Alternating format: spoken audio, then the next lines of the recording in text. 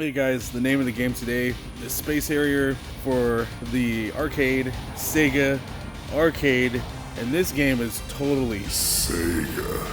I'm like right down to the core SEGA aesthetics, baby. You don't get no more SEGA than this shit right here. You know, Yu Suzuki, the whole fucking, I'm telling you guys, let's fucking just stay tuned. Well, you gotta fucking watch it, come on. We'll do another one for safety.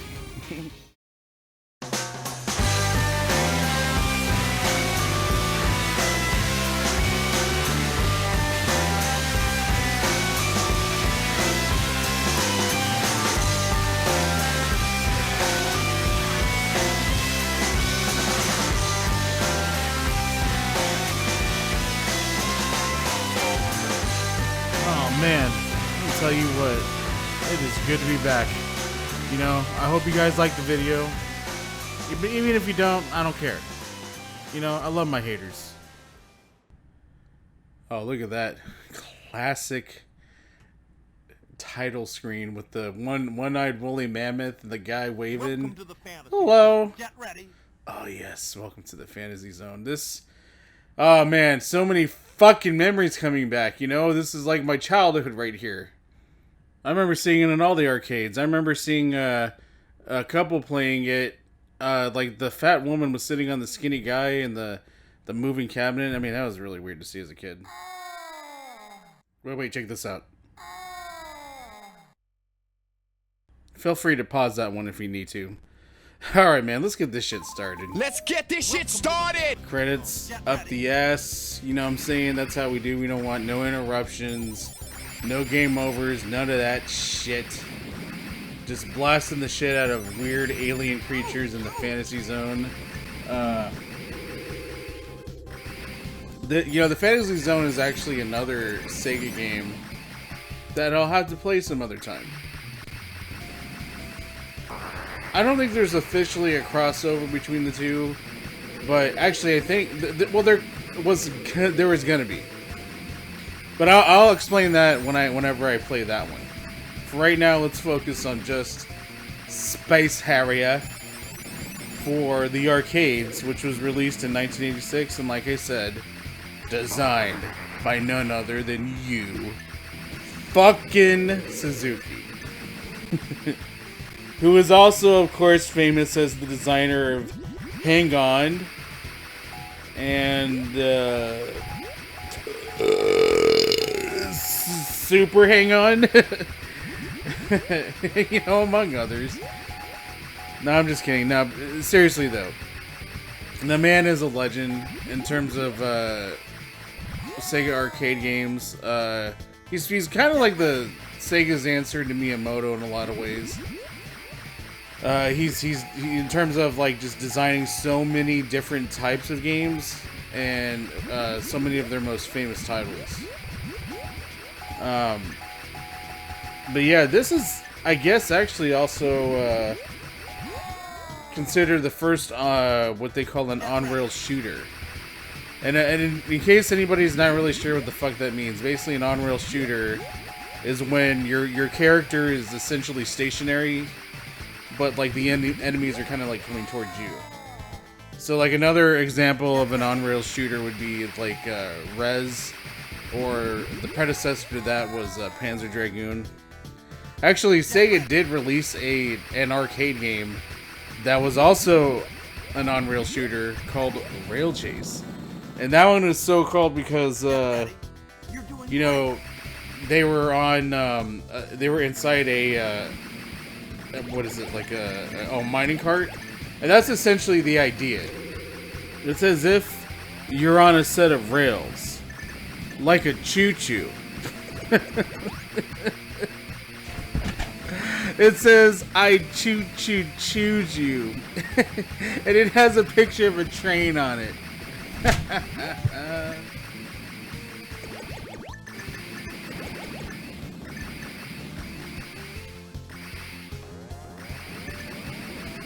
Man, there's some fucking weird looking enemies in this game, huh?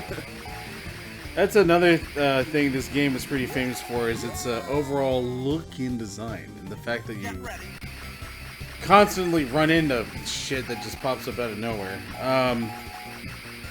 You know, this is kind of interesting, right? Because the original, you see all this crazy shit right here. The original idea was to actually have it be like a military-style shooting game, where you would actually pilot a Harrier jet, hence Space Harrier, and you would shoot down kind of like realistic enemies. I'm assuming like kind of a proto Afterburner. But I guess that was unable to be achieved due to memory and space issues. Yeah, kind of more primitive hardware compared to what we're dealing with today. It actually, you kind of look at these these mushrooms here, you'll it won't come as a surprise that a lot of the landscapes in this game were inspired by the works of Roger Dean. And actually, I would recommend checking out Roger Dean's Wikipedia page, because there's like a list of just different album covers that he created that are really awesome looking. Or just, I guess, Google image Roger Dean landscapes, because you'll definitely see the resemblance. And actually, you'll probably notice like there's a very kind of like 70s sort of aesthetic to a lot of his artwork. And actually, I mean, I kind of feel like Roger Dean, along with like Mobius, kind of helped like inspire a lot of other people in other science fiction realms. And I think, yeah, Roger Dean, and then in addition to being the inspiration for some of the landscapes in this game, he designed a lot of the artwork for Psygnosis. Psygnosis was a video game company that existed throughout like the 80s and 90s, and they're kind of, I think they might be most famous to gamers nowadays for helping to create a lot of the early titles for the original PlayStation, like Destruction Derby and other shit I can't remember. Wow. I mean, I know that they also did like Shadow of the Beast, and I mean, they were a British developer, so they got their start with like developing games for like, you know, the microcomputers and you know, like the ZX Spectrum. Oh, okay, so here we have the bonus stage with Uriah the Friendly Dragon. No, not Uriah Faber, the MMA fighter. And no, that's not Falcor from the Neverending Story either. Even though Falcor is called a dragon, despite the fact that he looks like a fucking dog. I don't know what. I guess, you know, listen, I guess I'm old-fashioned like that. I don't think that dragons should look like dogs. But whatever. You're doing great. Sorry, I'm pretty much just dragon shamed Falcor. I'm sorry, Falcor. You know what? Fuck that shit. I'm not sorry. I mean, the Neverending Story, the Unmitigated Gall. It's not still going. It ended. There were like 2 other fucking movies after it. Hey, so hopefully you guys can hear me pretty well. I had to turn on the fans and the air conditioner. It's fucking hot. It's Texas summer. You know? I mean, it gets like over 100 degrees up in this piece. Even inside. Also, I think my mic's acting kind of goofy, so this portion might be slightly less loud. I swear I can speak English. Great, I died again. Get ready. I die a lot. It's a good thing I have like a fuckload of credits. Because, I mean, you know, I'm not very good at this game. I mean, how can you be really good at this game anyway? Like all this shit that's flying at me. It's a pain in the ass to try to dodge everything. What in the fuck? Those are like space peanuts. Get ready. Oh, you hear how ominous the music sounds? I bet you this is the last boss. It's gotta be. It's a weird last boss. What? What the fuck? Lucasia? Lucasia. Jesus, I've already been at this for like 7 stages, and I haven't. I mean, how much more do I gotta go? So this fucking game's over with. I thought arcade experiences were supposed to be kind of short. Get ready. Actually, you know, just kind of looking at some of the enemies on this level, looks like they were kind of running out of ideas. They have woolly mammoths. Well, actually, the woolly mammoth skeletons are kind of unique, but we got the mechs that we've seen a million fucking times already, and those goofy looking spaceships.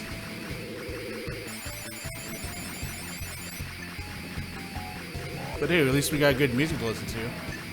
It's a pretty iconic theme. The theme song was composed by Hiroshi Kawaguchi. Hey yo, what's Kawaguchi? Anyway, he also composed the music from Outrun and Afterburner. So he's like, what the fuck are these? These are like flying Supreme Crunchwraps. Man, I'm fucking hungry now. But the Gooch, I call him the Gooch. He likes it when I call him that.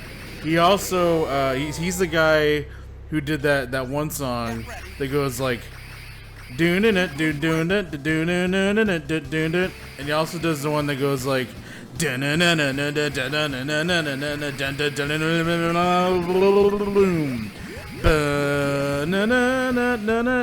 he also does the one that goes like,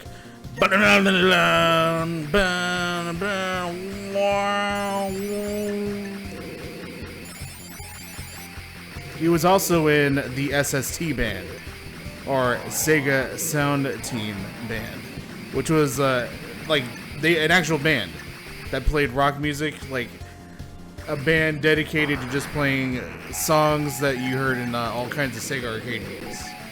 That's, you know, that was an actual thing. Oh, I got a notification.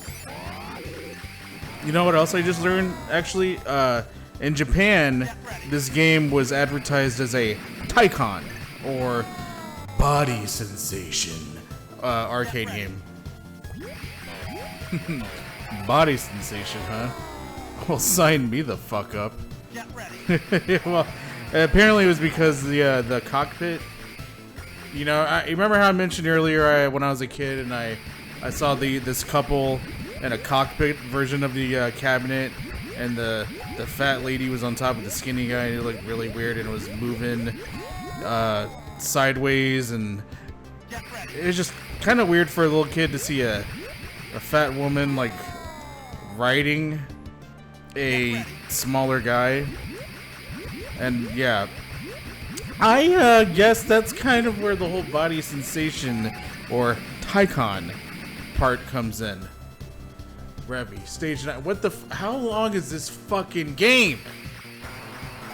Jesus Christ, holy crackling shit, look at all this shit that's flying at me. God damn, I gotta worry about columns, weird Rubik's Cube looking things. Jesus, look at this. Holy crap. Get ready.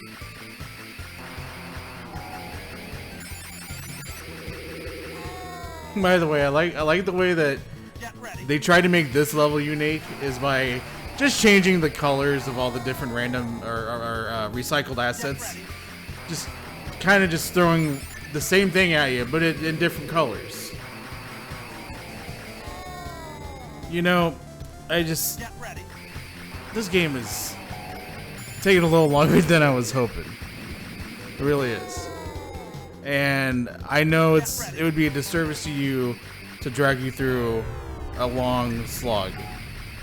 I think we need a montage.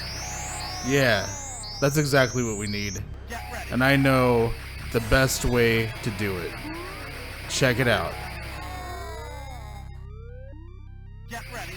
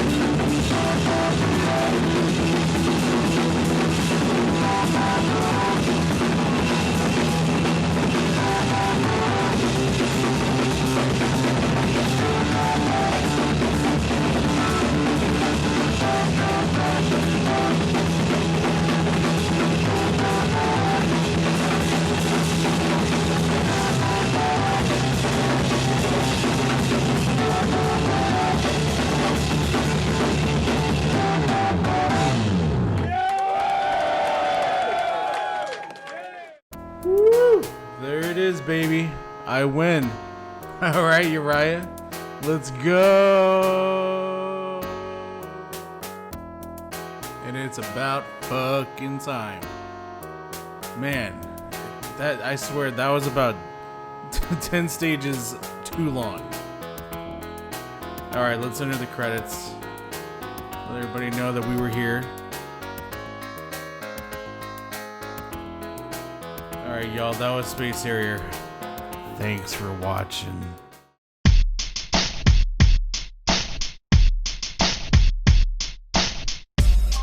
Hey, y'all. Thanks again for joining me for another video. Some changes. I got a Patreon. You can see it on the screen there. It's not that well defined yet, but you can, donate some money if you wanna. I'd be really appreciative of that. What the fuck? That's not a word. Well, I'll see you later. Peace.